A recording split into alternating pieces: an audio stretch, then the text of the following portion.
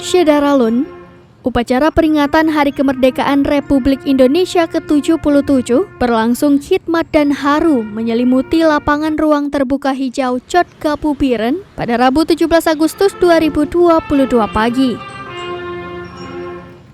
Momen haru ketika anggota Paskibraka yang berjumlah 35 orang itu sujud syukur usai melaksanakan tugasnya di depan panggung kehormatan. Saat anggota Paskibraka sujud syukur, satu persatu orang tua mereka mendekati dan merangkul penuh haru.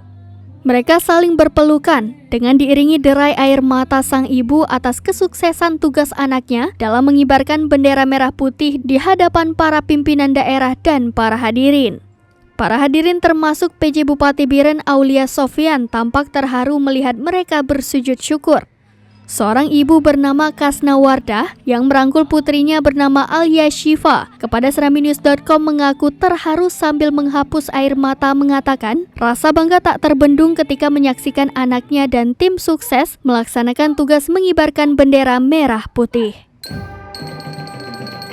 Dari Biren, Yusmandin Idris, Serambi On TV.